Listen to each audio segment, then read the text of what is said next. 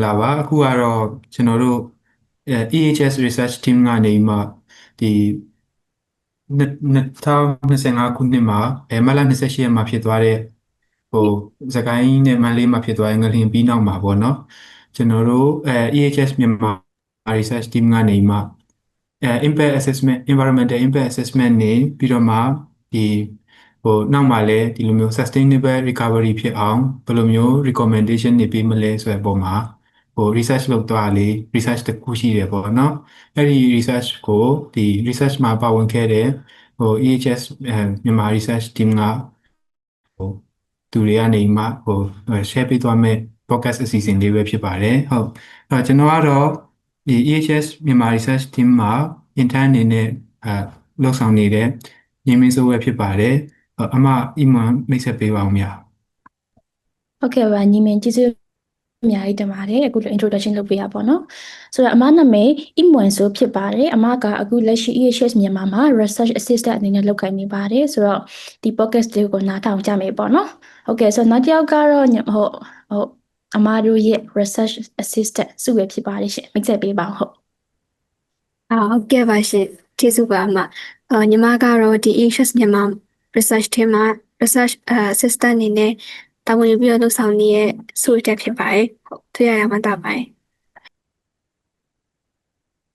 ဟုတ်ကဲ့ပါဆိုတော့စုဝေကျေးဇူးအများကြီးတင်ပါတယ်ဟုတ်ညီမဟုတ်ပြောပါဟုတ်ကဲ့ဟုတ်နေရာလုံးကိုကျေးဇူးတင်ပါတယ်အခုလိုမိတ်ဆက်ပေးတဲ့အတွက်ပေါ့နော်အဲ့တော့ကျွန်တော်တို့ပထမဆုံးမိခွန်းလေးကိုမဆုဝေကိုမေးချင်တာပေါ့နော်ဒီငလင်လှုပ်ပြီးတဲ့နောက်မှာဒီလိုမျိုးသူတည်တနာအစီရင်ခံစာရဖို့အတွက်အချက်လက်တွေကိုဘယ်လိုမျိုးစုဆောင်းခဲ့ရလဲပေါ့နော်အဲ့ဒီအပိုင်းလေးကိုပြောပြဝင်ငါပေးပါဦးဟုတ်ဟုတ်ကဲ့ညီမတို့ဒီ research အတွက်ပေါ့နော် data စုဆောင်းတဲ့နေရာမှာအဓိကဖြစ်တော့ဒီ primary data နဲ့ secondary data ဆိုပြီးတော့မှစုဆောင်းရတယ်ပေါ့နော်ဒါပေမဲ့ဒီ secondary data မှာဆိုရင်တော့ဒီ literature review တွေလိုက်ပြီးတော့ရခဲ့တော့တိတ်ပြီးတော့မှခက်ခဲမရှိဘူးပေါ့နော်ဒါပေမဲ့ဒီ primary data ကောက်တဲ့အခါမှာဆိုရင်တော့survey online survey နဲ့ပဲကောက်ခဲ့ရပေါ့နော်online survey ကလည်းဒီကောက်တဲ့အခါမှာဆိုရင်ညီမတို့အဓိကလိုချင်တာကျတော့ဒီimpact ဖြစ်ခံခဲ့ရတဲ့ data သူတွေအဓိက target group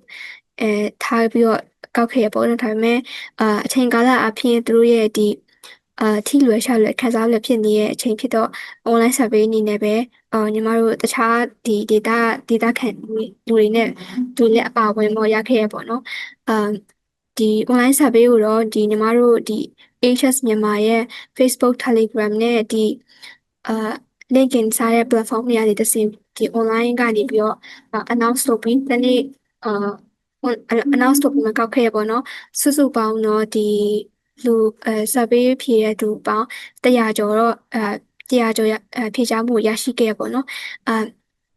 အဲ့ဒီပြင်ဒီ secondary review အရာဒီသတင်းတွေတခြားသောဒီလူတွေရဲ့survey ရတစ်စင်ပေါ့နော်ရရှိခဲ့တဲ့ challenge တွေလည်းထည့်သွင်းပြီးတော့မှ data တွေစုဆောင်းခဲ့ပါတယ်ဟုတ်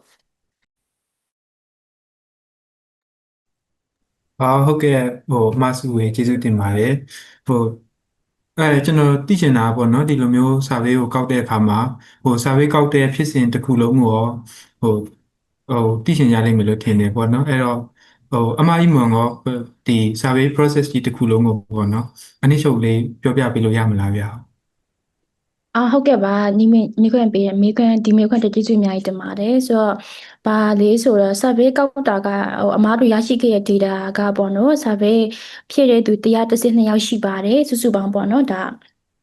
အကုန်လုံးစုစုပေါင်း132ယောက်ရှိပါတယ်အဲ့မှာဘယ်လိုဖြစ်လဲဆိုတော့ဟုတ်ကျမတို့ကဒီ Facebook ရေး Telegram ကုနာစုဝေပြောသလိုမျိုးပေါ့နော် Facebook Telegram နေပြီးတော့ကောက်ပါတယ်ဒါပေါ့နော်ဆိုတော့ဒီ upgrade ဖြစ်ပြီးတော့ rapid assessment ပေါ့နော်ဘာလို့အချက်ရှိလဲသူတို့ကဘယ်လိုမျိုးစွန့်ရည်မှုတွေရှိနေလဲပေါ့နော်လက်ရှိမှာဘယ်လိုမျိုးဖြစ်နေလဲဆိုတာကိုသိချင်တာကြောင့်မို့လို့ဒီ survey လေးကိုကောက်တာဖြစ်ပါတယ်ရှင်တခြားကတော့ဖြစ်ဆက်ပြောစရာမရှိပါဘူးဟုတ်ဟုတ်ကဲ့ကျေးဇူးပါအဲ့တော့ပေါ့နော်ကျွန်တော်သိသလောက်ဆိုလို့ရှိရင်ဒီငလင်ကြီးကလည်းတော်တော်ကြီးကြီးမားမားအဓိကတော့စကိုင်းမန်းလေးပတ်ဝန်းကျင်ဒေသတွေတခြားမြန်မာနိုင်ငံအလဲပိုင်းဒေသတွေပေါ့နော်အဲ့ဒါကိုတော်တော်ကြီးကြီးကြီးမားမားလှုပ်ခတ်သွားရဲဆိုတော့လေသူ့ကိုတွေ့ရတာသူ သူတို့ရဲ့နေ့စဉ်ဘဝကိုလည်းထိခိုက်သွားမယ်တော်တော်လေးကိုအခက်အခဲတွေရှိသွားကြမယ်ပေါ့နော်လို့အဲ့လိုမျိုးလဲထင်တယ်ပေါ့အဲ့တော့ဒီသူတို့ရဲ့ကျန်းမာရေးပိုင်းတို့ပဲဖြစ်ဖြစ်ပေါ့နော်သူတို့ရဲ့နေ့စဉ်လူမှုဘဝတွေပေါ့ဘယ်လိုမျိုးထိခိုက်မှုတွေရှိတယ်လို့တွေ့ထားခဲ့လဲဗျဟုတ်ဒီမှာဟုတ်ကဲ့ဒီဟာအတွက်အမှားဖြေလိုက်ပါမယ်ဆိုတော့ပေါ့နော်ခုနညီမင်းပြောသလိုမျိုးဟုတ်ပါတယ်ဒါလူတွေအများကြီးဆုံးရှုံးသွားတယ်ပေါ့နော်ဒီပစ္စည်းတွေအများကြီးပဲဆိုတော့ဒီ latest ပေါ့နော်ဒီနောက်ဆုံးရသတင်းအရဆိုလို့ရှိရင်တည်ဆုံးတဲ့သူ9352ယောက်ရှိပြီးတော့ injury ပေါ့နော်ထိခိုက်တဲ့သူတွေကကျ9000ကျော်ရှိပါတယ်ပြီးတော့နောက်ထပ်ပျောက်ဆုံးနေသူတွေကကျ900ကျော်ရှိရပေါ့နော်ဆိုတော့ဒါနောက်ဆုံးပေါ်တဲ့ရရရှိတဲ့data အချက်လည်းဖြစ်ပါတယ်ပေါ့နော်ဆိုတော့ဒါပေါ့နော်ဒါနေ့စဉ်ဘဝမှာဒါမြန်မာနိုင်ငံကသူတွေအများကြီးတော်တော်လေးကိုထိခိုက်နေတာသွားပါတယ်ပေါ့နော်ဆိုတော့ the result ကဘာထွက်လဲဆိုတော့လူတွေကပေါ့နော်ရုန်းကန်ရတယ်သူတို့ဒီအိမ်တွေပါတယ်ဆုံးရှုံးသွားတယ်သူတို့လုပ်တွေပါတယ်ဆုံးရှုံးသွားတယ်ပေါ့နော်တချို့ဆိုလို့ရှိရင်စေယုံတွေပါတယ်ပျက်စီးသွားတဲ့အခါကျရင်အလုံးလက်မဲ့တွေဖြစ်သွားတာမျိုးရှိရပေါ့ဆိုတော့ဒီအတွက်ဘယ်လိုမျိုး case တွေပြန်ပေါ်လာတဲ့ situation ပေါ့နော်ခိုးမှုတွေဥပမာဆိုလို့ရှိရင်ရိုက်နှက်မှုတွေအဲ့လိုမျိုးအများကြီးပေါ်လာတယ်ပေါ့နော်ဆိုတော့ငလျင်ဖြစ်ပြီးနောက်ပိုင်းအဲ့လိုသူတို့အလုံးမရှိဘူးသူတို့တော်တော်လေးရုန်းကန်ရတယ်ပေါ့နော်သူတို့ရဲ့ဝန်ရေးအတွက်ရုန်းကန်ရတယ်ဆိုတော့သူတို့မှာအလုပ်လည်းမရှိဘူးဆိုတော့ဒါခိုးမှုတွေပေါ့နော်အဲ့လိုမျိုးလူတက်မှုတွေဆိုအမှုတွေအများကြီးပဲအဲ့လိုမျိုးဖြစ်လာခဲ့ရပေါ့နော်ဆိုတော့ဒါကတော့နေ့စဉ်ဘဝရဲ့တက်ရောက်မှုတွေပေါ့နော်ဒါဆိုးကျိုးတွေအများကြီးရှိပါတယ်ပြီးတော့နောက်တဲ့ကျမ်းမာရေးပိုင်းကိုသွားမယ်ဆိုလို့ရှိရင်ဘယ်လိုမျိုးတွေရှိလဲဆိုလို့ရှိရင်ပေါ့နော်ဒါpsychological stress ပေါ့နော်ဒါလူတွေကကြောက်ပြီးတော့ပေါ့နော်ငလင်ကတအားကြီးရောလေဟိုလူတွေအများကြီးဆုံးရှုံးသွားတယ်ကွယ်ဆိုတော့ဒါသူတို့မှာစိတ်ပိုင်းဆိုင်ရာအခက်အခဲတွေအများကြီးရှိလာတယ်ပေါ့နော်ဆိုတော့သူတို့ရဲ့ anxiety ရဲ့ trauma တွေပေါ့နော်ဘေးနေ့များငလင်ရပြန်လှုပ်မလဲပေါ့နော်ဘယ်လိုမျိုးများလူတွေပြန်အသေးအောင်မလဲဆိုတဲ့သူတို့ရဲ့ဒီ psychological stress တွေရှိတဲ့ anxiety တွေအများကြီး trauma တွေအများကြီးရှိပါတယ်ဒါကျန်းမာရေးရှုထောင့်ကကြည့်ရဟာဖြစ်တယ်ပေါ့နော်နောက်တစ်ခုကကြတော့ဒီပေါ့နော်သူတို့ရဲ့တောက်ရည်သုံးရည်တော်တော်လေးအခက်အခဲရှိရပေါ့နော်ငလျင်ဖြစ်ပြီးသွားတော့ဒီရေလိုင်းတွေပေါ့နော်ရေပိုက်ခေါင်းတွေအကုန်လုံးပျက်စီးသွားတယ်ဆိုတော့ဒီဘက်မှာဒီတောက်ရည်သုံးရည်အတွက်တော်တော်လေးအခက်အခဲရှိရပေါ့နော်ဆိုတော့ဒါရဲ့ result ကဘာထွက်လဲဆိုတော့ဝမ်းရောဂါဖြစ်တာပေါ့နော်ဆိုတော့တောက်ရည်တန်သူတို့တောက်ရည်သုံးတဲ့ဟာမတန်ရှင်းတော့ပေါ့နော်သူတို့ရဲ့ဘာထိလဲဆိုတော့ဝမ်းရောဂါတွေဖြစ်တယ်ပြီးတော့ဒီငလျင်ပြီးသွားတော့ဒီပေါ့နော်ပတ်ဝန်းကျင်တစ်ခုလုံးဖုံမှုနေတဲ့အများကြီးအဲ့လိုမျိုးဖြစ်နေတဲ့တောက်တမလို့ဒါအသက်ရှူလမ်းကြောင်းဆိုင်ရာပြဿနာတွေဖြစ်လာတယ်ပေါ့နော်ဆိုတော့ air pollution ကိုလည်းအများကြီးထိတယ်ဒါကြောင့်မို့လို့သူတို့ရဲ့အသက်ရှူလမ်းကြောင်းဆိုင်ရာပြဿနာတွေကိုအများကြီးဖြစ်လာတယ်ပေါ့နော်နောက်တစ်ခုကကြတော့ဘယ်လိုဖြစ်လဲဆိုတော့ဒီအိမ်သာပေါ့နော်ဒီ dry နဲ့ပြဿနာဖြစ်တယ်ပေါ့နော်ဆိုတော့ဥပမာဆိုလို့ရှိရင်ကွာမြို့ပြမှာဆိုလို့ရှိရင်သူတို့တွိုင်းလက်သွားမယ့်နေရာမရှိရမျိုးရရှိတယ်အဆောင်အုံတွေအများကြီးပြိုပြက်သွားတော့အဲ့လိုမျိုးရွာဘက်မှာလည်းမဟုတ်ဘူးနဲ့မြို့ထဲမှာဆိုတော့ကွာအဲ့တော့တွိုင်းလက်အတွက်သူတို့ပြဿနာရှိရပေါ့နော်ဆိုတော့သူတို့ရဲ့ပြီးတော့ personal hygiene ပေါ့နော်ဒီတကူရင်တန်ရှင်းမှုပြဿနာတွေအများကြီးကြုံရပါတယ်ဆိုတော့ဒါတွေကတော့ဒီပေါ့နော်ဒီပုံမှန်လူကြီးရဲ့နေ့စဉ်ဘဝမှာကြုံရတဲ့ကျန်းမာရေးပြဿနာတွေဖြစ်တယ်ပေါ့နော်ဆိုတော့ဟုတ်ကဲ့ပါပြဿနာတွေတော့အများကြီးပါပဲဟုတ်ဟုတ်ကဲ့ဟုတ်ဒီမှာပြောပြပေးသွားကျေးဇူးပါပဲဟုတ်ကျွန်တော်အမြင်လဲပေါ့နော်ဒီလိုပြဿနာတွေဒီခုနပြောသလိုနေ့စဉ်ဘဝမှာပြောင်းလဲမှုကြီးကြီးမားမားတွေဖြစ်တာဒီကျန်းမာရေးပိုင်းတွေတော်တော်ထိခိုက်တာလေတစ်ဖက်ကကြည့်လို့ရှိရင်ငလျင်နဲ့ပတ်သက်ပြီးတော့မှဟိုလူတွေအများကြားထဲမှာလဲဟိုငလျင်လှုပ်လာရင်ဘယ်လိုမျို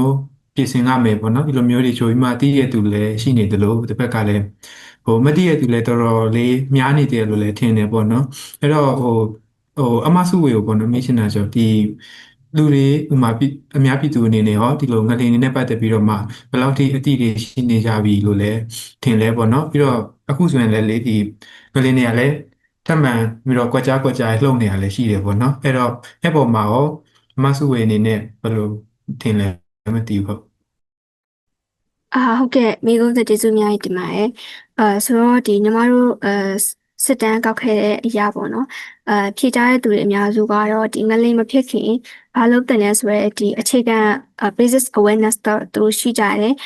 အနည်းဆုံးဒီ88%လောက်ကတော့သူတို့ဒီအခြေခံ basic awareness ရှိရဆိုပြီးတော့မှဖြေခဲ့ကြရပေါ့နော်ဒါပေမဲ့ဒီလက်တွေ့မှာဆိုလို့ရှိရင်ငလျင်နှု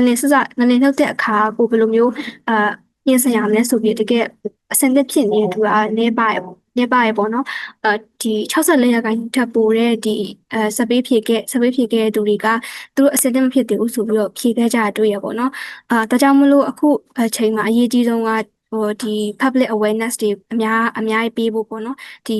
disaster preparedness အတွက်ဘယ်လိုမျိုးပြင်ဆင်ရမလဲဆိုတာကိုဒီလူတွေခြားတဲ့လူတို့ကိုပို့ပြီးတော့မှအသိပညာပေးရေးအစီအစဉ်တွေအများကြီးလုပ်ဖို့လိုအပ်တယ်လို့ညီမထင်တယ်ပေါ့နော်ပြီးတော့ကျတော့ဒီလက်ရှိမှာလည်းဒီမြန်မာနိုင်ငံတဝန်းလုံးမှာပေါ့နော်ပြောရမယ်ဆိုကွက်ကြားနဲ့ဒီငလင်များစတိုင်းလုံးနေတုံးဆိုတော့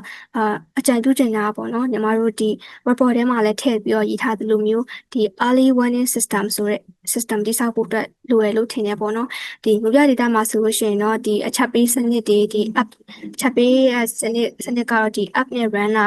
တဲ့ဒီ system တွေပေါ့နော်ဒါတွေပြီးလို့ရှိရင်ဒီစက်ရုံတွေပြီးလို့ရှိရင်ဒီလူအများဒီနေတဲ့ဒီ public area တွေမှာဆိုလို့ရှိရင်လည်းဒီ alarm system တွေလုပ်ပေးထားလို့ရှိရင်ပိုအဆင်ပြေရလို့ထင်ပါတယ်ဒီမြို့ပြတွေမဟုတ်ဘဲနဲ့ဒီကျေးရွာ rural area တွေမှာဆိုလို့ရှိရင်တော့ဒီလက်လန်းမီတဲ့ဘယ်လိုပြောမလဲခေါင်းလောင်းတီးပြီးတော့အတီးပေးစနစ်တွေပါတယ်ဒီလိုမျိုးsystem တွေနဲ့အသုံးချပြီးလုပ်နိုင်မယ်လို့ထင်တယ်ပေါ့နော်ဒီလိုမျိုးပုံစံလေးလုပ်ပေးမှဆိုလို့ရှိရင်တော့လူတွေကလည်းတနည်းနည်းနဲ့သူတို့ချက်ချင်းပေါ့နော်ကိုကလည်းဒီ awareness ကလည်းရှိထားမယ်ပြီးတော့အခုလိုမျိုးအတိပေးစနစ်ဒီ warning စနစ်လေးရှိလာတော့သူတို့ချက်ချင်းသတိကပ်လာပြီးတော့သူတို့ရဲ့တည်ထားတဲ့basic awareness နဲ့လိုက်ညီပြီးတော့ကိုဘာစားလုပ်ရမလဲဆိုတော့လူလည်းနည်းနည်းစပြီးတော့နိုးကြတက်ကြွလာမယ်လို့ထင်တယ်ပေါ့နော်ဟုတ်ကဲ့ကျေးဇူးပါဟုတ်ကဲ့မဆုဝေဟုတ်ဒီ early warning system တွေပေါ့နော်ဒီလိုမျိုးတွေလည်းပဲကျွန်တော်တို့ဘာမှပြောလို့ရဆိုရင်ဒီမှာတော်တော်ကိုလိုအပ်နေပြီလို့ထင်တယ်ပေါ့နော်ဟုတ်ကဲ့အဲ့တော့ပြီးတော့ဒီအခုလိုမျိုးလေခုန early warning system နဲ့ဆက်ဆက်ပြီးစဉ်းစားကြည့်တဲ့အခါကျတော့ခုနပြောသလိုလူတွေကငလျင်ဖြစ်ပြီးသွားတဲ့နောက်မှာသူတို့အပြုအမူတွေသူတို့ပြောင်းလဲသွားတယ်ပေါ့နော်တော်တော်များများကလည်းသူတို့ရဲ့အပြုအမူတွေတော်တော်ပြောင်းလဲသွားတယ်အဲ့မှာရောဘယ်လိုမျိုးများပြောင်းလဲမှုတွေကိုမှသတိထားမိလဲပေါ့နော်ဒီစစ်တမ်းတင်မှာဆိုရင်ဟုတ်မှာဟုတ်ကဲ့ပါဒါအတွက်ကအမဖြေလိုက်ပါမယ်ဟုတ်ခုနကနေမင်းနဲ့စုရပြောသလိုမျိုးပေါ့နော်ငလျင်ဖြစ်ပြီးသွားတော့အပြောင်းလဲတဲ့အများကြီးရှိပါတယ်ဒီတပတ်ပတ်ဝန်းကျင်မှာကောပေါ့နော်လူတွေမှာရောသူတို့ရဲ့စိတ်ခံစားချက်တွေအများကြီးအပြောင်းလဲရှိရပေါ့နော်ဆိုတော့ခုနမိတာအကြောင်းပေါ့နော်ဒီပတ်ဝန်းကျင်အပေါ်ဘယ်လိုမျိုးပြောင်းလဲမှုတွေရှိကြလဲပေါ့နော်ဆိုတော့ဒါအတွက်ကကျမတို့စပေးမှာမေးခွန်းလေးထည့်ခဲ့ပါတယ်ပေါ့နော်ဆိုတော့ဘယ်လိုပြောရမလဲဒီစပေးဖြည့်တဲ့လူ112ယောက်ထဲမှာ49ယောက်ကကြတော့ပေါ့နော်ဒါဒီမြေပြိုခြင်းတွေပြမြေဆွေးအားတွေပေါ့နော်ဒီဘယ်လိုပြောရမလဲအဓိကပြမြေပြိုတာပေါ့နော်မြေပြိုတာမျိုးတွေပြီးမြေတွေပို့ပြီးဆွေးလာတယ်ဆိုဒါတွေကိုတွေးခဲ့တယ်လို့ပြောထားပါတယ်ဆိုတော့49ယောက်ကလောက်တွေးခဲ့တယ်လို့ပြောရပေါ့နော်ပြီးတော့ဒါအပြင်54ယောက်ကကြတော့ဒီရာခိုင်နှုန်းအပြင်ပေါ့နော်48ရာခိုင်နှုန်းရှိတဲ့လူတွေကကြတော့ရေညင်ညင်တာလို့တွေးခဲ့တယ်လို့ပြောခဲ့ပါတယ်ဥပမာအပြင်အရှိမလေးအမပြောခဲ့တယ်လို့ပဲဒါပေါ့နော်ဒီတောက်သုံးရေညင်ညင်တာတွေအများကြီးရှိတယ်ဒါလေမတန့်ဘူးရေတွေမတန့်ဘူးပေါ့နော်ရေထုညင်ညင်တာတွေအများကြီးတွေ့ခဲ့တယ်လို့ကျမတို့ result ရခဲ့ပါတယ်နောက်ထပ်အယောက်50ကဆိုလို့ရှိရင်ပေါ့နော်ဖုံမုံတယ်ပြီးတော့အဆောက်အုံကြောက်စီအမိုက်တွေရောအများကြီးပဲပေါ့နော်ဆိုဒါတွေအကြောင်းမို့လို့လေထုညင်ညင်လာတယ်ပေါ့နော်ဆိုတော့ဒါလည်းတစ်ချက်ပါပဲပြီးတော့နောက်ထပ်36ယောက်ကကြတော့ဒီသူတို့ရဲ့ပေါ့နော်သူတို့ရဲ့ပတ်ဝန်းကျင်ထဲမှာအမိုက်နဲ့အဆောက်အုံကြောက်စီတွေပိုများလာတယ်လို့လည်းပြောခဲ့ပါတယ်ပေါ့နော်ဆိုတော့နောက်ဆုံးတစ်ချက်ကဆိုလို့ရှိရင်ပေါ့နော်ဒီ18ယောက်ကဆိုလို့ရှိရင်ပေါ့နော်ဒီတစ်တော်နဲ့မြစ်တွေထိခိုက်ပျက်စီးနေတယ်လို့ပြောကြခဲ့ပါတယ်ပြီးတော့နောက်ဆုံး9ယောက်ကဆိုလို့ရှိရင်ဒါသူတို့တိတ်မတွေ့ဘူးပေါ့နော်အပြောင်းလည်းမတွေ့ဘူးတော့ဖြေခဲ့တာကျွန်တော်တို့တွေ့ရပါတယ်ဆိုတော့အတင်းချုပ်ပြောရမယ်ဆိုလို့ရှိရင်ပေါ့နော်ဒီမေးခွန်းကိုကျမတို့စာပေးမှာကောက်မေးတော့ဒီ112ယောက်ကတော့အသီးသီးပေါ့နော်သူတို့တွေ့တဲ့ຢာလေးပြောကြပါတယ်ဆိုတော့ပထမဆုံးအချက်ကဆိုလို့ရှိရင်ဒါရေညဉ့်ညမ်းတယ်ပေါ့နော်ဒုတိယအချက်ကဆိုလို့ရှိရင်လေထုညဉ့်ညမ်းတယ်တတိယအချက်ကဆိုလို့ရှိရင်တတော်နဲ့မြစ်တယ်ပေါ့နော်ဒီပတ်ဝန်းကျင်ကိုအများကြီးထိခိုက်လာတယ်လို့ကျမတို့ဒါလေးကိုရခဲ့ပါတယ်ရှင်ဟုတ်ဟုတ်ကဲ့အမကျေးဇူးပါဟုတ်အမပြောသလိုဆိုလို့ရှိရင်ပေါ့နော်ဒီငလျင်ရဲ့အကျိုးသက်ရောက်မှုအကြောင်းလေသူ့အပြင်ကိုတခြားဘယ်လိုပြောမလဲရေထက်ကြီးစေတာမျိုးတို့လေထုညစ်ညမ်းမှုတွေပေါ့လေဒါဒီမြန်မာနိုင်ငံမှာဖြစ်ခဲ့တဲ့ငလျင်မှာဆိုလို့ရှိရင်ပေါ့နော်ဒီတွဲပိုက်ပြီးတော့မှလည်းသက်ရောက်မှုရှိရလို့လည်းမြင်ရတယ်ပေါ့နော်ဟုတ်အဲ့တော့ဒီစဉ်းစားမိတာဒီလိုမျိုး effect တွေရှိတော့ပေါ့နော်ပြန်လည်ထူထောင်ရေးအပိုင်းတွေလည်းလှုပ်တင်နေပေါ့အဲ့မှာဆိုရင်ဒီ အစုဝင်အနေနဲ့ပေါ့နော်ဒီပြန်လည်ထူထောင်ရေးပိုင်းမှာဆိုလို့ရှိရင်ဘယ်ဟာကိုပထမဦးဆုံးလှုပ်ဆောင်သင့်တယ်လို့ထင်လဲပေါ့နော်ဟုတ်ဟုတ်ကဲ့မိခွန်းကျေးဇူးအများကြီးတင်ပါတယ်ဆိုတော့ညီမရဲ့ဒီမိခွန်းကိုတော့ပေါ့နော်ဒီ personal point of view နဲ့ပြီးတော့ညီမတို့ကောက်ခဲ့တဲ့ဒီ survey အရသူတို့ဒီလူလူဖြည့်ကြားထားတဲ့ဒီဖြည့်ကြားချက်တွေအရလည်းထပ်ပြီးတော့ဖြည့်ပေးပါမယ်ပေါ့နော်ဆိုတော့ဒီညီမပထမဆုံးအနေနဲ့ဒီ survey ကောက်တော့ဖြည့်ကြားထားတဲ့ဖြည့်ကြားချက်အရာသူတို့ထင်တဲ့အရေးကြီးဆုံးလိုအပ်ချက်တွေကတော့ဒီတန်ရှင်းတဲ့ဒီတောက်သုံးရည်ရရှိဖို့နဲ့ပြီးတော့ဒီwaste segregation system ပေါ့နော်86ရာခိုင်နှုန်းသောစပယ်ဖြည့်ခဲ့တဲ့သူတွေကတော့ဒီတန်ရှင်းတဲ့ရေကိုလိုအပ်တယ်ဆိုတာပြောထားပြီးတော့ဒီအမိုက်နဲ့တခြားဒီအိမ်သားပေါ့နော်ပြောရမယ်ဆိုရင်တော့ဒီအိမ်သားအတွက်ကိုလည်းဒီ64ရာခိုင်နှုန်းကစိုးရိမ်နေဆိုပြီးပြောရပါတော့ညီမရဲ့ point of view အနေနဲ့ကတော့ပထမဆုံးတင်တာကဒီရေလုံအိမ်သားနဲ့ပြီးတော့ဒီ waste segregation system ကိုစီမံပေးရ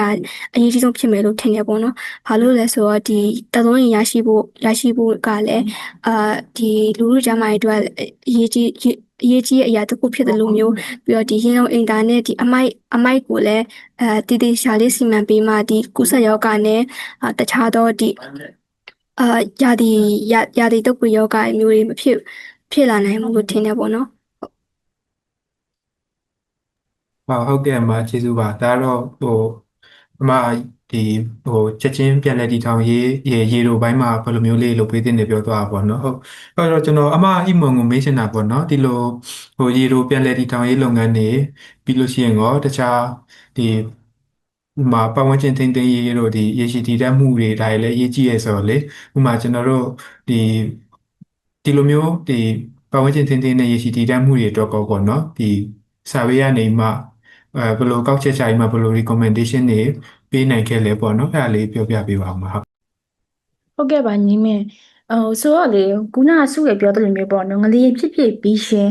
လူတွေကဘာလုပ်ကြလဲဆိုလို့ရှင်ပြန်လည်ထူထောင်ရေးပေါ့နော်လုပ်ကြရတယ်ဒါတကယ့်ကိုအရေးကြီးပါတယ်လူဆိုတာစားဖို့လိုအပ်တယ်အိပ်ဖို့လိုအပ်တယ်ပေါ့နော်ဒါအိပ်ဖို့အတွက်နေရာထိုင်ခင်းလိုအပ်တယ်ကွယ်ရေလိုအပ်တယ်ဆိုတော့ဒါသူ့ရဲ့ first priority ဖြစ်တယ်ပေါ့နော်ဆိုတော့ဟုတ်ကဲ့ဒါအတွက်လေဒါတော်တော်လေးကိုအရေးကြီးတဲ့အချက်ဖြစ်ပါဒါပေမဲ့တစ်ဖက်ကကြည့်မယ်ဆိုရင်လေပေါ့နော်ဒီပတ်ဝန်းကျင်ထိန်းသိမ်းရေးနဲ့ရေရှည်တည်တံ့မှုအတွက်လေအရေးကြီးရယ်ဆိုတာလေဒါအတွက်ကျမတို့ EHS မြန်မာကနေပြီး recommendation ရှစ်ကိုကျမတို့အခုပေါ့နော်ဒါ article ထဲမှာထည့်ပြီးတော့ရေးထားပါတယ်ဆိုတော့ဒါအတွက်ကျမအကျဉ်းချုပ်လေးရှင်းပြပေးပါမယ်ဆိုတော့ဒီပေါ့နော်ဒီရှစ်ချက်မှာပထမဆုံးအချက်ကဘာလဲဆိုလို့ရှိရင်ပေါ့နော်ဒီ debris management ဆိုပြီးတော့အမှိုက်စီမံခန့်ခွဲရေးဟာဖြစ်ပါတယ်ဆိုတော့ပေါ့နော်ဒါကဘာလို့အရေးကြီးလဲဆိုလို့ရှိရင်ငလျင်ပြီးသွားတော့အရေးပေါ်အဆင့်ပေါ့နော်ဒီလမ်းမှာပြိုပြက်နေတဲ့ဟာတွေဆေးရုံလိုမျိုးတွေအခြေခံအဆောက်အုံတွေပထမဆုံးရှင်းရမှာဖြစ်ပါတယ်ပြီးပေါ့နော်ပြီးတော့ဒီဗာလေဒီအမှိုက်စီမံခန့်ခွဲရေးမှာနောက်တစ်ဆင့်ရဆိုလို့ရှိရင်ပေါ့နော်ဒီအဆောက်အုံပေါ့နော်ဒီပျက်စီးနေတဲ့အဆောက်အုံဆိုလို့ရှိရင်အကုန်လုံးပျက်စီးသွားတာမဟုတ်ဘူးပေါ့နော်ဒါပေမဲ့တဝက်တစ်ပြက်တော့ပျက်စီးနေတယ်ဒါကိုပေါ့နော်ဒါမဖြိုဘဲနဲ့ထားမယ်ဆိုလို့ရှိရင်ဒါလူရဲ့အတွက်အန်ဒီရရှိပါတယ်ဥပမာဆိုလို့ရှိရင်ကလေးတွေကစားနေရမျိုးပေါ့နော်လူကြီးတွေအဲ့လိုမျိုးလမ်းလျှောက်ရတာတိတ်မြန်တဲ့လူကြီးတွေအတွက်ပေါ့နော်ဒါရုတ်တရက်ဒါအဆောက်အုံတဲ့ဒါဘယ်လိုပြောရမလဲပြက်ကြလိဆိုလို့ရှိရင်ပေါ့နော်ပြေးဖို့အတွက်သူတို့အဆင်မပြေဘူးဆိုတော့ပေါ့နော်ဒီတဝက်တစ်ပြက်ပြက်နေတဲ့အဆောက်အုံတွေကိုကျမတို့ကဒါပေါ့နော်တင်ဖြတ်ရမှာဖြစ်ပါတယ်ဒါလေးတစ်ချက်ပါပဲနောက်တစ်ခုကဆိုလို့ရှိရင်ပေါ့နော်ဒါငလျင်ဖြစ်သွားတော့ကသူတို့အသက်အန္တရာယ်စိုးရင်လူတို့ကပြေးကြရေပေါ့နော်လူတွေပြေးတဲ့အခါကျရင်သူတို့အိမ်မှာသူတို့ရေကိုယ်ပိုင်ပစ္စည်းရထားခဲ့ရပေါ့နော်ဆိုတော့ဒါတွေကလည်းပေါ့နော်တပြန်ဒီငလျင်ပြီးသွားတဲ့အခါကျရင်သူတို့အိမ်ကိုပြန်လာတဲ့အခါကျရင်ဒါသူတို့အကိုယ်ပိုင်ပစ္စည်းဖြစ်ပါတယ်တခြားသူတွေကမယူသင့်ဘူးပေါ့နော်ဒါ public ပိုင်နေပစ္စည်းမဟုတ်ဘူးပေါ့နော်သူတို့ရဲ့ကိုယ်ပိုင်ပစ္စည်းဖြစ်တယ်ဆိုတော့ဒါတကယ်ပိုင်ရှင်တွေကိုပြန်ပြီးပေးအပ်ရမှာဖြစ်တယ်ပေါ့နော်ဒါကလည်းဒီစီမံမှုမှာပါတဲ့ဟာတစ်ခုပေါ့နော်နောက်တစ်ခုကဆိုလို့ရှိရင်ပေါ့နော်ဒါအမိုက်စီမံခန့်ခွဲဖို့အတွက် temporarily နေရာလေးတွေလှုပ်ထားတင်တယ်ပေါ့နော်ဥပမာဆိုလို့ရှိရင်ဒီဟာကပြန်သုံးလို့ရတဲ့ဟာလားပေါ့နော်ဥပမာဆိုလို့ရှိရင်ဒါတစ်သားပြားတွေပေါ့နော်မင်းဖို့ရှောက်သုံးပစ္စည်းတွေဒီဟာတွေကိုဒီဟာတွေဆိုလို့ရှိရင်ပြန်သုံးလို့ရရပေါ့နော်ဆိုတော့ဒီလိုမျိုးဒါပြန်သုံးလို့ရတဲ့ဟာပစ္စည်းဟာအတွက်တစ်ခုရေး ပြန်တလို့မရတဲ့ဟာဆိုလို့ရှိရင်ဒါလွှတ်ပြမဟာအတွက်ဒါ category တစ်ခုရဆိုပြီးအဲ့လိုမျိုးပေါ့နော်ဒါယာယီတေးလေးတွေထိုးပြီးတော့ဒါအဲ့လိုမျိုးအမိုက်လေးတွေကိုပေါ့နော်ဒါ management လုပ်တင်ပါတယ်နောက်တစ်ခုဆိုလို့ရှိရင်ပေါ့နော်ဒီ NDA ရှိတဲ့အမိုက်တွေဥပမာဆိုလို့ရှိရင်ဒီတက်ခွေးပစ္စည်းတွေပေါ့နော်ဒါပောက်ကွေးစနစ်ပစ္စည်းတွေကိုအစောပိုင်းတည်းကတေချာလေးခွေးထုတ်ထားတင်ပါတယ်မဟုတ်လို့ဆိုလို့ရှိရင်ပေါ့နော်ရုပ်တရက်လူတွေကထိမိသွားလို့ဆိုပောက်ကွေးသွားမျိုးတွေရှိကောင်းရှိနိုင်မယ်ဆိုတော့ဒါအတွက်လေဒီလိုမျိုး NDA ရှိတဲ့ပစ္စည်းတွေကိုတေချာလေး manage လုပ်တင်ပါတယ်ပေါ့နော်နောက်တစ်ခုကဆိုလို့ရှိရင်ဒါပေါ့နော်ဒီ personal protective equipment PPE ဆိုပြီးခေါ်ပါတယ်ပေါ့နော်သူတို့ရဲ့တကူရေးဒါကာကွယ်ရေးပစ္စည်းတွေတေချာဝယ်ပြီးတော့မှပေါ့နော်ဒီလိုမျိုးအမိုက်တွေကိုတေချာလေးရှင်းလင်းလုပ်တင်ရပေါ့နော်ဘာဖြစ်လို့လဲဆိုလို့ရှိရင်သူတို့မှာတခုခုပေါ့နော်ထားပါတော့ဥပမာဆိုလို့ရှိရင်မျက်နှာ mask တွေတက်မယ်လက်အိတ်တွေပါတယ်လုံပြီးမျက်မှန်တွေပါတယ်တက်မယ်ပေါ့နော်ဒါလေးတေချာလုပ်ပြီးတော့မှဒီအမိုက်တွေကိုတေချာလေး management လုပ်တင်ပါတယ်မဟုတ်လို့ဆိုလို့ရှိရင်သူတို့တွေ NDA ရှိရပေါ့နော်ဆိုတော့ဒါလေးတစ်ခုပါပဲဒါ personal protective equipment ပေါ့နော် PPE လို့ခေါ်ရပေါ့နော်ဒီဟာလေးရသုံးပြီးတော့လုပ်တင်ပါတယ်ဒီ waste တွေကိုပေါ့နော် manage လုပ်တဲ့အခါကျရင်လေဆိုတော့ဒါကတော့ပေါ့နော် recommendation နံပါတ်1မှာပါတဲ့အချက်လေးရဖြစ်ပါတယ်ဒါအမိုက်စီမံခန့်ခွဲမှုနဲ့ဆိုင်တဲ့အချက်လေးရဖြစ်တယ်ပေါ့နော်ဆိုတော့နံပါတ်2ကပါလဲဆိုလို့ရှိရင်ဒီ clean water and sanitation ဖြစ်တယ်ပေါ့နော်ဒီတန်ရှင်းသောရေရရှိရေးနဲ့မီလာပြဿနာဆိုတဲ့ခေါင်းစဉ်အောက်မှာတွားတာပေါ့နော်ဆိုတော့ဒီငလျင်အကြောင်းပေါ့နော်ရေပိုက်တွေပျက်စီးသွားတယ်မြေတွေပြိုတယ်ပေါ့နော်ဒီတိမ်တွေဘယ်လိုပြောရမလဲလှိုင်းတွေမိုင်းတွေအဲ့လိုမျိုးအများကြီးပျက်စီးသွားတယ်ဆိုတော့လေရေကတော်တော်လေးကိုမတန်ရှင်းဘူးပေါ့နော်သူတို့ရဲ့တောက်သုံးရေပေါ့နော်သူတို့ရဲ့သုံးရေတောက်ရေတွေ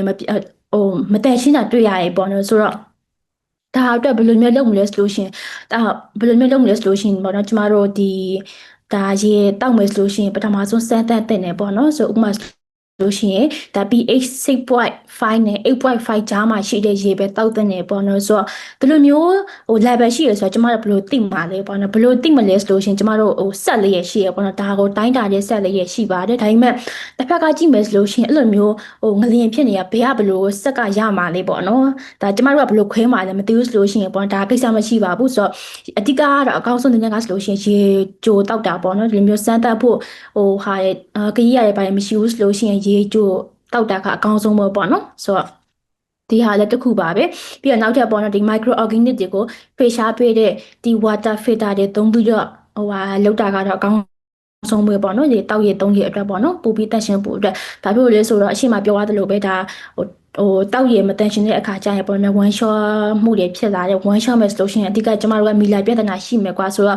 ့တစ်စင်တစ်ခုနဲ့တစ်ခုရှိဆက်နေရဆိုတော့လေဟုတ်ကဲ့ပါဆိုတော့နောက်ထပ်ပေါ့နော်ဒါဘယ်လိုလုပ်မလဲဆိုလို့ရှိရင်ဒီတောက်ရည်3ရက်ကိုတေချာလက်ဖုံးနဲ့တေချာပိတ်ထားပြီးတော့တေချာလေး3သင်ပါတယ်ဒါကလည်းတစ်ချက်ပေါ့နော်ပြီးတော့ဒါကလေဒါကျမတို့ပေါ့နော်နံပါတ်2မှာပါတာပေါ့နော် recommendation နံပါတ်2မှာပါတဲ့အချက်ဖြစ်ပါတယ်ဒီ clean water and sanitation ပြဿနာမှာပေါ့နော်ကျမတို့ EHS ကနေ recommendation ပေးထားတဲ့ဟာဒီမှာပါတာဖြစ်ပါရှင်ဆိုတော့နံပါတ်3အချက်ကဘာဖြစ်မလဲပေါ့နော်နံပါတ်3ကဆိုလို့ရှိရင် eco restoration ဖြစ်ပါတယ်ဒီတဘာဝပတ်ဝန်းကျင်ပြန်လေထူထောင်ရေးလုပ်တာပေါ့နော်ဆိုတော့ပထမဆုံးဒီအချက်အတွက်ဘယ်ကနေစလုပ်ရမလဲဆိုလို့ရှိရင်ပေါ့နော်ကျမတို့ကဒီပတ်ဝန်းကျင်အခြေအနေကိုပထမဆုံးတေချာလေးစုစမ်းအကဲဖြတ်တင်ပါတယ်ဥပမာဒီဟာကမြေပြိုနေရလားပေါ့နော်ဒါမြေဆွနေရလားမြေဆန့်နေရလားအဲ့လိုမျိုးပေါ့နော်ဆိုတော့ဒါလေးတွေတေချာစုံစမ်းအကဲဖြတ်တင်ပါတယ်ပြီးတော့ပေါ့နော်ဒီတတော်နဲ့ပေါ့နော်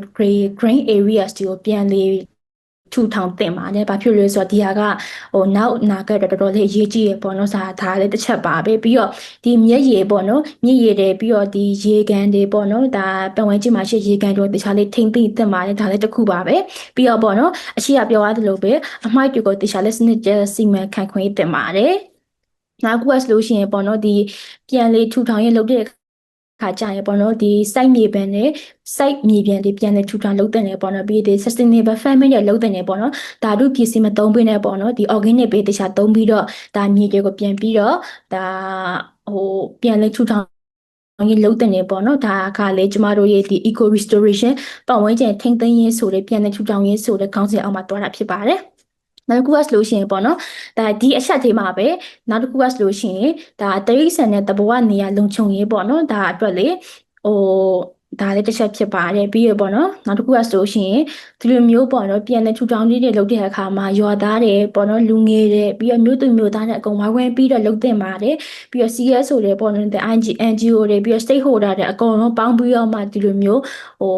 management လုပ်တင်တယ်ပေါ့နော်ဒါမှလည်းအနာဂတ်မှာပေါ့နော်ဒီ green space တွေပြန်ရရှိမှာဖြစ်တယ်ပေါ့နော်နောက်တစ်ခုကကြတော့ဒီသဘောဝအခြေပြု disaster risk reduction လုပ်တာပေါ့နော်စာဒါလေးတစ်ခုပါပဲနောက်ဆုံးတစ်ခုကပါလဲဆိုလို့ရှိရင်မူဝါဒပြန်လေပြီးရှာတာပေါ့နော်ဆိုတော့လက်ရှိရှိပြီးတဲ့မူဝါဒကတော့တကယ်ဖြစ်လာပေါ့နော်တကယ်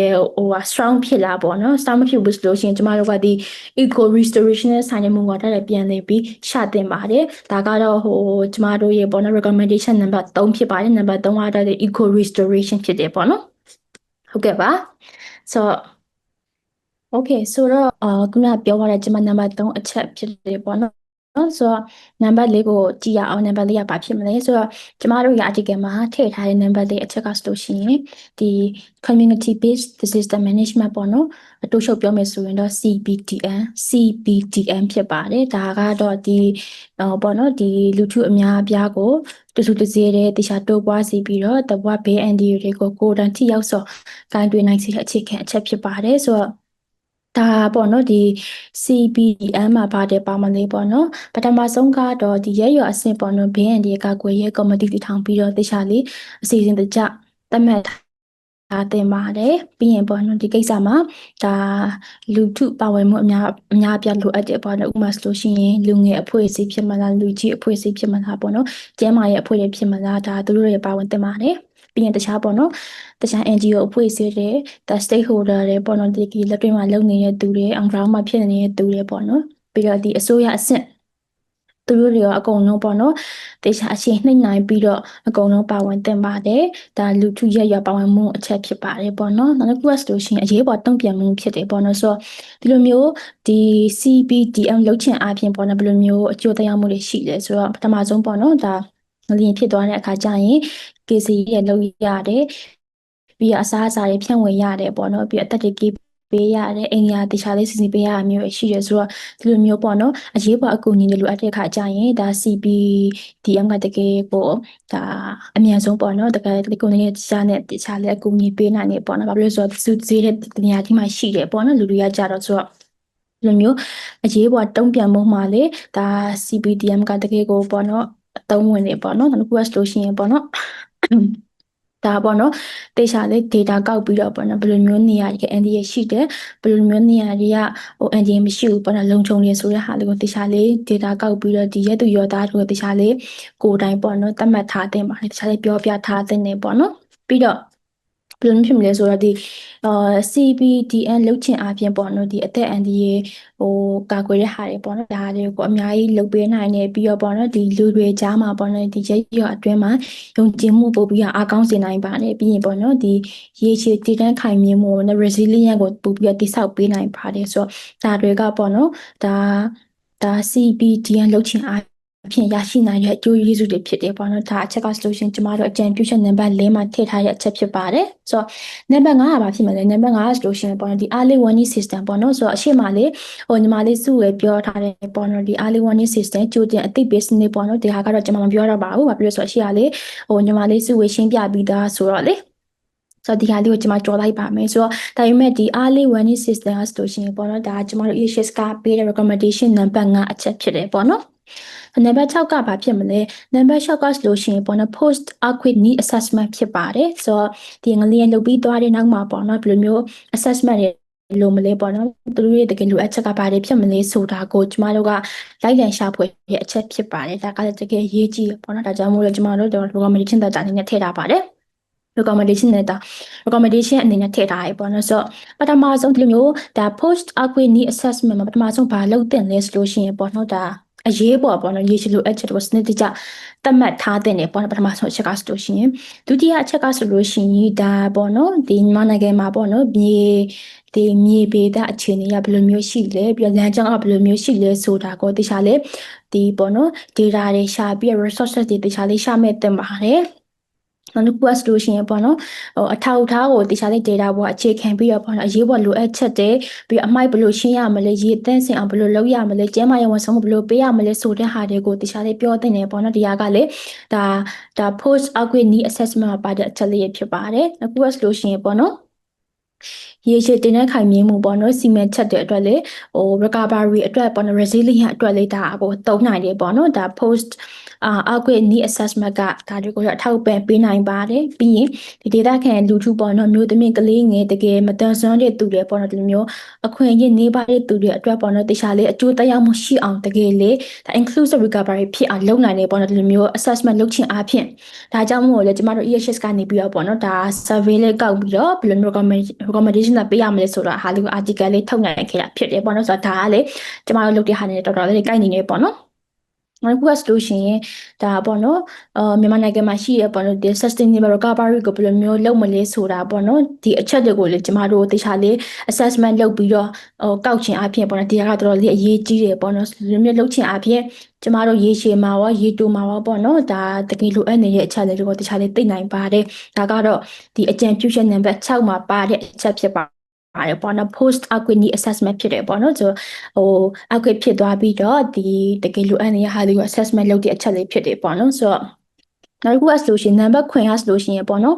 ဒါရေးချင်းမှာဘယ်လိုမျိုးလုပ်ရမလဲပေါ့နော်ဒီအချက်ကိုတေချာပြောထားတာဖြစ်ပါတယ်ဆိုတော့ရေးချင်းမှာဘယ်လိုလုပ်ရမလဲဆိုတဲ့ဟာကိုတော့ပေါ့နော်ဒါ checklist ကျမတို့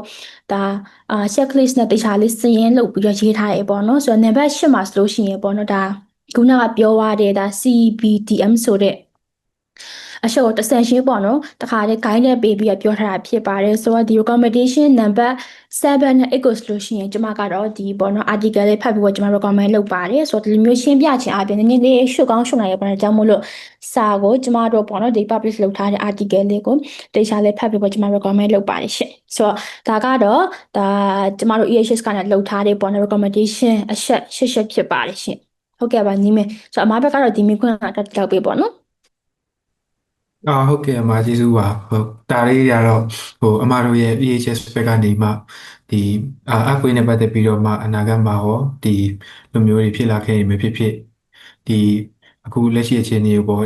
မူတည်ပြီးတော့ပဲဖြစ်ဖြစ်ပေါ့နော်ဒီ recommendation လေးပေးထားပါပေါ့နော်ဟုတ်အဲ့မှာကျွန်တော်တခုသိချင်တာကြောလေဒီလိုမျိုးအကွေးကြီးဖြစ်သွားပြီပေါ့နော်ဒီမှာ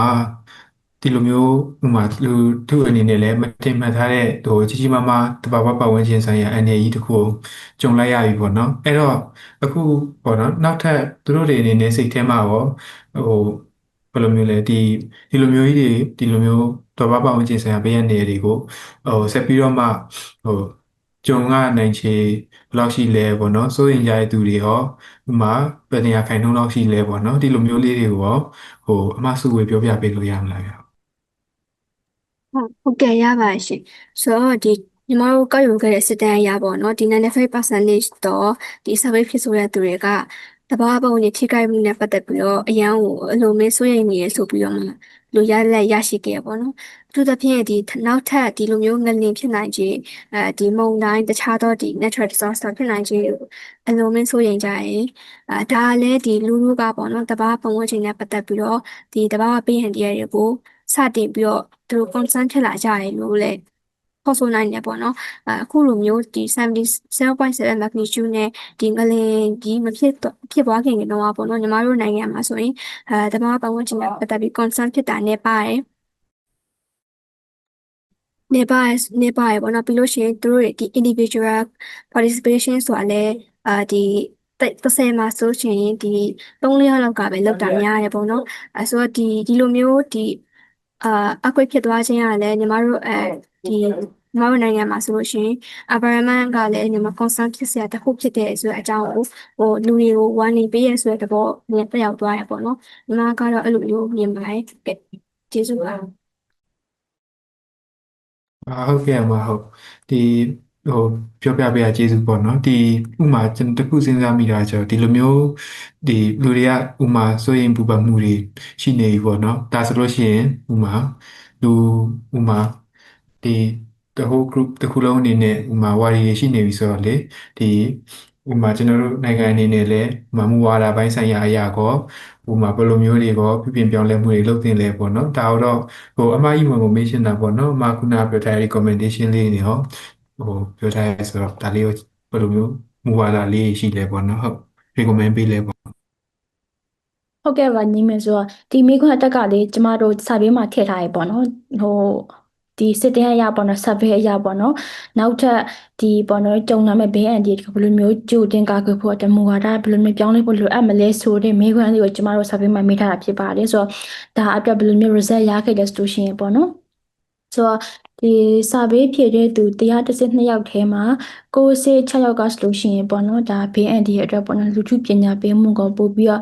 ့မြင့်တင်တဲ့နေဆိုတဲ့ကိုဆိုတဲ့မူဝါဒကိုအကျဉ်းပေးခဲ့ကြပါတယ်ပြီးရင်ပေါ့နောက်ထပ်94ယောက်ကဆိုလို့ရှိရင်ပေါ့နော်ဒီအဆောက်အုံနဲ့ပေါ့နော်ဒီအဆောက်အုံဆိုင်ရာစီမီစည်းကမ်းတွေကိုတခြားလေးအကောင့်တွေဖော်တင်ကြောင်းပေါ့နော်ဥပမာဆိုလို့ရှိရင်ကျမတို့တရင်မှာတွေ့လေနော်ဒါဒီအဆောက်အုံဆိုလို့ရှိရင်ငလျင်တွေခံနိုင်တဲ့အဆောက်အုံဖြစ်ပြီးတော့ငလျင်ဖြစ်သွားမှတကယ်ပျက်စီးသွားတဲ့ဟာမျိုးရှိရဲဆိုတော့ဒီလိုမျိုးပေါ့နော်ဒါကြောင့်မို့လို့ဒီအဆောက်အုံဆိုင်ရာစီမီစည်းကမ်းတွေကိုတခြားလေးပုံမို့အကောင့်တွေဖော်တင်နေလို့လေကျမတို့အဲ့ဒါလေး result ရခဲ့ပါတယ်ပြီးနောက်ထပ်ပေါ့နော်82ယောက်ကဆိုလို့ရှိရင်ဒီပတ်ဝန်းကျင်ကာကွယ်ရေးနဲ့ပေါ့နော်ပြည်내ထူထောင်ရေးအတွက်ဒီရင်းနှီးမြှုပ်နှံမှုတွေပုံမလုပ်တဲ့နေဆိုတဲ့အကြောင်းကိုဒီကောင်မပေးခဲ့ကြပါရဲ့ရှင်နောက်တစ်ခုကဆိုလို့ရှိရင်ပေါ့နော်နောက်ဆုံးအနေနဲ့ကဒီ46ယောက်ကဆိုလို့ရှိရင်ပေါ့နော်ဒီ respondent ဖြည့်ဆိုသူ46ယောက်ကဆိုလို့ရှိရင်ပေါ့နော်ဒီ ND မြင့်နေရာတွေမှာဒီပေါ့နော်အဆောက်အုံတွေမဆောက်လုပ်ဖို့ပေါ့နော်ဒီဖုံဖုံမှုမလုပ်ဖို့အတွက်ပေါ့နော်ဒါတွေကိုလေ recommend ပေးခဲ့ကြပါတယ်ပြီးရပေါ့နော်မြေသုံးဆွဲမှုအစီအစဉ်တွေကိုပုံမဘယ်လိုပြောရမလဲပုံမကောင်းမွန်စွာလုပ်ဖို့ပေါ့နော်အခုဆိုလို့ရှိရင်အခုလက်ရှိနေတဲ့regulation တွေကတော့တကယ် strong ဖြစ်လာပေါ့နော်ဒါဆိုရင်ကျမတို့ပြန်ပြီးတော့ပြောင်းလဲဖို့လိုအပ်မယ်ဆိုတဲ့အချက်ကိုလည်းကျမတို့ဒါ recommendation အနေနဲ့ရခဲ့ပါတယ်ပေါ့နော်ဒီမူဝါဒပြောင်းလဲမယ်ဆိုတဲ့စီးရင်ကျမတို့ရခဲ့ပါတယ်ရှင်ဟုတ်ဒါကတော့ဒါပေါ့နော်ဆိုဒါကတော့ဒီစာပေးမှာကျမတို့ရခဲ့တဲ့ result လေးရဖြစ်ပါတယ်ဟုတ်ဟုတ်ကဲ့ပါကျေးဇူးပါအဲ့တော့ဒီမူဝါဒပိုင်းဆိုင်ရာလေးတွေပြောပြီးနောက်မှာပေါ့နော်ဥပမာဒီကျွန်တော်နောက်ဆုံးမေးခွန်းလေးအနေနဲ့စုဝေကိုမေးချင်တာကျတော့ဒီတဘာဝပတ်ဝန်းကျင်ထိန်းသိမ်းရေးမှာပေါ့နော်ဥပမာဒီဟိုဒေသခံနေထိုင်တဲ့သူတွေအနေနဲ့ဟောကိုယ်တိုင်ကိုယ်ကျဒီလိုမျိုးပြန်လည်ထူထောင်ရေးပိုင်းတွေမှာဖြစ်ဖြစ်တဘာဝပတ်ဝန်းကျင်ထိန်းသိမ်းရေးပိုင်းတွေမှာဖြစ်ဖြစ်ဘယ်လိုမျိုးပါဝင်နိုင်မလဲပေါ့နော်ဒါလေးကိုပြောပြပေးပါဦးဟုတ်ကဲ့မြေပုံပြကျေးဇူးအများကြီးတင်ပါတယ်ဆိုတော့ညီမထင်တော့ပေါ့နော်ဒေတာခန်ကြီးအတွက်ဒီပထမဆုံးနဲ့ဒီအလွယ်ကူဆုံးစတင်နိုင်မယ့်အခန်းကဏ္ဍကတော့ဒီ individual participation လို့ထင်တယ်ပေါ့နော်ကြီးကြီးမားမားဒီတဘာပတ်ဝန်းကျင်ဆိုင်ရာထင်သိရေးတွေလုပ်ဖို့တွန်းအားပေးရမှာမဟုတ်ဘဲနဲ့ဥပမာဒီလူတစ်ယောက်ချင်းစီဒီအိမ်အောင်စုတစ်ခုချင်းစီကဒီထွက်ရှိလာတဲ့အမိုက်တွေကိုစနစ်တကျပေါ့နော်အမိုက်ဆိုအမိုက်ဆိုတအိတ်အမိုက်ချဆိုအမိုက်ချတအိတ်စသဖြင့်ခွဲခြားပစ်ပေးရမျိုးပြီးရင်ဒီတနိုင်တစ်ပိုင်းတစ်ပင်လေးစိုက်ပျိုးပေးရမျိုးပြီးရင်ကိုနေထိုင်တဲ့နေရက်ကွက်အလိုက်ပေါ့နော်တန်ရှင်းရေးအစီအစဉ်လေးလုပ်တဲ့အခါကိုကပါဝင်ပေးရမျိုးစရစပြီးတော့လှုပ်ဆောင်ရေးစတင်လို့ individual participation ကိုစတင်လို့ရရပေါ့နော်ဒီလိုမျိုးလူကြောက်ချင်းစီကနေပြီးတော့မှတပါပတ်ဝန်းကျင်အတွက်ဒီသူတို့အလေးချိန်လေးပိုင်းလောက်ဆောင်ပေးမှဆိုလို့ရှိရင်ဒီသူတို့လူတို့ချင်းစီကနေပြီးတော့မှအိမ်နောက်စုတစ်ခုချင်းစီဒီအိမ်နောက်စုတစ်ခုချင်းစီကနေပြီးမှရက်ကွက်တစ်ခုချင်းစီရက်ကွက်တစ်ခုချင်းစီကနေပြီးမှဒီမျိုးတစ်ချို့မျိုးချင်းဒီလိုနဲ့ဆက်ဆက်ပြောင်းလဲလာမှဖြစ်ပြီးတော့နောက်ဆုံးမှဆိုရင်တဘာဝပြန်ဒီရဲ့နေပါထိခိုက်မှုနေပါတဲ့ဒီနိုင်ငံတစ်ခုဖြစ်လာမယ်လို့ညီမထင်တယ်ပေါ့နော်နောက်ပြီးတော့ဒီညီမတို့ဒီ HS မြန်မာလူမျိုးတဘာဝပတ်ဝန်းကျင်ထိန်းသိမ်းကာကွယ်ရေးကိုဒီအထူးပြုပြီးတော့လှုပ်ရှားနေတဲ့ NGO organization တွေလည်းအများကြီးရှိတဲ့အတွက်ကြောင့်မလို့ပေါ့နော်သူတို့အနေနဲ့ဒီတယောက်ချင်းစီပါဝင်ဒီတယောက်ချင်းစီပါဝင်ပေးခြင်းအပြင်ဒီလိုအဖွဲ့အစည်းတွေကိုဦးစီးပြီးလှုပ်ဆောင်တဲ့ initiation တွေမှာလည်းပါဝင်ပြီးလို့ရှိရင် balance ဖြစ်တဲ့ဒီ ecosystem ကိုလည်းတည်ဆောက်နိုင်မှာဖြစ်တယ်ပြီးလို့ရှိရင်ညီမတို့နိုင်ငံဟာလည်းတိကျပို့ပြီးမှဒီရှိတည်တဲ့ဒီနိုင်ငံတစ်ခုဖြစ်လာမယ်လို့လည်းညီမအနေနဲ့တိုက်တွန်းချင်တယ်ပေါ့နော်အဲ့ဒါပါပဲရှင်ကျေးဇူးပါဟုတ်ကဲ့ဟုတ်ကဲ့ညီမကျေးဇူးပါဟုတ်ဒါတော့ဒီကျွန်တော်တို့ဒီမှာပဲresult လေး sharing လုပ်တာတော့ပြီးသွားပြီပေါ့နော်အမကြီးမွန်အနေနဲ့ရောအမစုဝေအနေနဲ့ရောထပ်ဖြည့်ရှင်တာလေးရှိရင်လည်းပြောပြပေးပါဦးဟုတ်ကဲ့ပါဒီမြခုလိုမျိုးအခွင့်အရေးပြည့်ကျေးဇူးအများကြီးတင်ပါတယ်ဆိုတော့ကျမနည်းနည်းလေးထပ်ပြောစရာရှိရပေါ့နော်ဗာလေဆိုတော့အရှိမကျမတို့ဒီ article ရေးအချင်းရှုပ်လည်းမပြောခဲ့ရဘူးပေါ့နော်ဆိုတော့ပြောချင်တာကဗာလေဆိုလို့ရှိရင်ပေါ့နော်ဒါကျမတို့ဆွေးနွေးသွားတဲ့ဒါမိခွန်းနဲ့ရဆိုလို့ရှိရင်တော့တော်တော်လေးပြည့်စုံသွားပြီလို့ပြောရပါပေါ့နော်ဒါ article ထေးကပါတဲ့အချက်လေးကျမတို့အများကြီးဆွေးထုတ်ပြီးတော့ပြောတာဖြစ်ပါတယ်ဒါပေမဲ့ ကျွန်မပြောချင်တာကပေါ့နော်ဒီအောက်ကပြီးသွားတဲ့အခါမှာဘယ်လိုမျိုးတွေပြမှုတင်လဲဘယ်လိုမျိုးပတ်ဝန်းကျင်ထိန်းသိမ်းရတဲ့လုပ်တဲ့နေဆိုတဲ့အချက်တွေကိုသိချတဲ့အသေးစိတ်သိချင်နေလို့ရှိရင်တော့ကျမတို့ကဒီ article လေးကိုဖတ်ပေးဖို့ကျမတို့ recommend ပေးတယ်ပေါ့နော်ဆိုတော့ဒီ article လေးမှာဘယ်လိုမျိုးအချက်လေးရပါတယ်ဆိုလို့ရှိရင်ကျမတို့က introduction ပါမယ်ပေါ့နော်ဒီ introduction မှာဆိုလို့ရှိရင်ဒါ report ရေးရခြင်း background ပါမယ် purpose ပါမယ်ပေါ့နော်ဒါ report ရဲ့ objective တွေပါမယ်ဆိုတော့ကျမတို့ရဲ့ဒီ article မှာဆိုလို့ရှိရင်ပေါ့နော်ဒီ objective က၄ခုရှိရပေါ့နော်ပထမဆုံးကဘာလဲဆိုလို့ရှိရင်ဒါပေါ့နော်ဒီလက်ရှိဖြစ်သွားတဲ့ငလျင်နဲ့ပတ်သက်ပြီးတော့ပေါ့နော်လူတွေဘယ်လောက်ထိ knowledge ရှိကြလဲ awareness ဘယ်လောက်ထိရှိကြလဲဆိုတဲ့ဟာကိုကျမတို့ assess လုပ်ချင်တာဖြစ်တယ်ဒါပထမဆုံးအချက်ပေါ့နော်ဆိုတော့ကျမတို့ဒီ report ဒီ article ရေးရခြင်းပထမဆုံးအချက်ဖြစ်ပါတယ်ဆိုတော့ဒုတိယတစ်ခုကဆိုလို့ရှိရင်ပေါ့နော်ဒါပေါ့နော်ဒီတကယ်ထိခိုက်သွားတဲ့လူဦးရေတွေမှာဘယ်လိုမျိုးconcern တွေရှိလဲပေါ့နော်ဘယ်လိုမျိုးအခက်အခဲတွေရှိလဲပြီးတော့ဒီ equity risk နဲ့ပတ်သက်ပြီးတော့ပေါ့နော်ဘယ်လိုမျိုးဟိုပြင်ဆင်ထားတာတွေရှိလဲဆိုတဲ့အချက်ကိုသိချင်တာကြောင့်မို့လို့ဒါလေးတစ်ချက်ပါပဲဆိုတော့နံပါတ်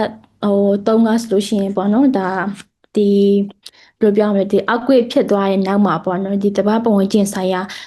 ထိခိုက်နှံ့မှုရပါရှိမလဲဆိုတာကိုသိချင်တာကြောင့်တစ်ခုရဲ့ပြင်နောက်ဆုံးတစ်ခုကဆိုလို့ရှိရင်ပေါ့နော်ဒါ recovery လုပ်မယ်ပေါ့နော်နောက်ဆုံးဒီ upgrade ပြီးသွားရင်ဘယ်လိုမျိုး resilient building ဘယ်လိုလုပ်မလဲ recovery ဘယ်လိုလုပ်မလဲဆိုတဲ့အချက်ပေါ့နော်နောက်ဆုံးအချက်ကနံပါတ်4ပေါ့နော်ဆိုတော့ဒါတွေအချက်4ချက်ကိုမူတည်ပြီးတော့ကျမတို့ကဒီ upgrade report လေးကိုရေးရဖြစ်ပါတယ်ပြီးရင်ပေါ့နော်ကျမတို့ကဒီ survey ကောက်ပြီးရရှိလာတဲ့အကုန်ပေါ့နော်ဒီ result တွေအကုန်လုံးကိုလည်းကျမတို့ key finding အနေနဲ့ကျမတို့အကုန်လုံးထည့်ထားပါတယ်ဆိုတော့ပြီးအရှိမလည်းကျမပြောရတယ်လို့ပဲကျမတို့ဒီ recommendation လေးခုနှစ်ခုရှိရပေါ့နော်ဆိုတော့ဒါလေးတော်တော်လေးအသုံးဝင်မယ်လို့ကျမမျှော်လင့်ပါတယ်ဆိုတော့ဒါလေးကိုအသေးချာတဲ့အသေးစိတ်လေးပေါ့နော်အစားအဆုံးသေချာလေးသိချင်နေဆိုရင်တော့ကျမတို့ရဲ့ article လေးကိုဖတ်ပြီးဖို့ကျမ recommend လုပ်ပါတယ်ရှင်ဟုတ်စုရကနောက်ထပ်ဗာများထိဆက်ပြောစရာရှိလည်းမသိဘူးဟုတ်ကဲ့ညီမလည်းညီမအခုလိုမျိုးပေါ့နော်podcast discussion นี้မှာဖိကြဖေးလို့ကျေးဇူးအများကြီးတင်ပါတယ်လို့ပြီးတော့ညီမတို့ထုတ်ပြန်ထားတဲ့ report လေးကိုလည်းဒီအားလုံးဖတ်ရှုပြီးတော့ဒီဘယ်လိုမျိုးကိုအနေနဲ့ natural disaster ပေါ်လာလို့ရှိရင်early preparedness တွေပြင်ဆင်နိုင်မလဲဆိုတာကိုကြည့်သွားမယ်လို့လည်းမျှော်လင့်ပါတယ်လို့ဟုတ်ကဲ့အကုန်လုံးလည်းဒီအချိန်ရတယ်ဆိုလို့ရှိရင်ကျမတို့ရဲ့ဒီ report လေးကိုဖတ်ရှုပေးဖို့လည်းဖိတ်ခေါ်ပါတယ်လို့ပြောချင်ပါတယ်ရှင်ဟုတ်ကဲ့ကျေးဇူးပါဟုတ်ကဲ့ပါဆိုကျေးဇူးအများကြီးတင်ပါတယ်ဒီနေ့ဟုတ်ကဲ့ပါဗျာနှစ်ယောက်လုံးပေါ့နော်ပြောပြပေးတဲ့အတွက်လည်းကျေးဇူးအများကြီးတင်ပါတယ်ဟုတ်ကျွန်တော်တို့ဒီဒါလေးကတော့ဒီအကွေလုပ်လိုက်ပတ်ဒါနဲ့ပတ်သက်ပြီးတော့မှ share ပေးတဲ့ဒီ podcast လေးပေါ့နော်ဒီလိုမျိုးကျွန်တော်တို့ဒီနောက်ထပ်ဥမာသူတည်တနာစာတမ်းတွေထုတ်လုပ်ပြီးဥမာရရှိလာပြီဆိုလို့ရှိရင်လည်း EHS မြန်မာအနေနဲ့ဆက်လက်ပြီးတော့မှ share ပေးနေမှာလည်းဖြစ်ပါတယ်အဲဒီတော့ဒီ EHS မြန်မာရဲ့ share ပေးတဲ့ဟာလေးတွေလည်းမျက်ခြေမပြတ်ကြည့်ပြီးတော့မှပေါ့နော်ဟိုလိုက်လည်ပြီးတော့မှ follow up လုပ်ထားဖို့လည်းပြောပြချင်ပါတယ်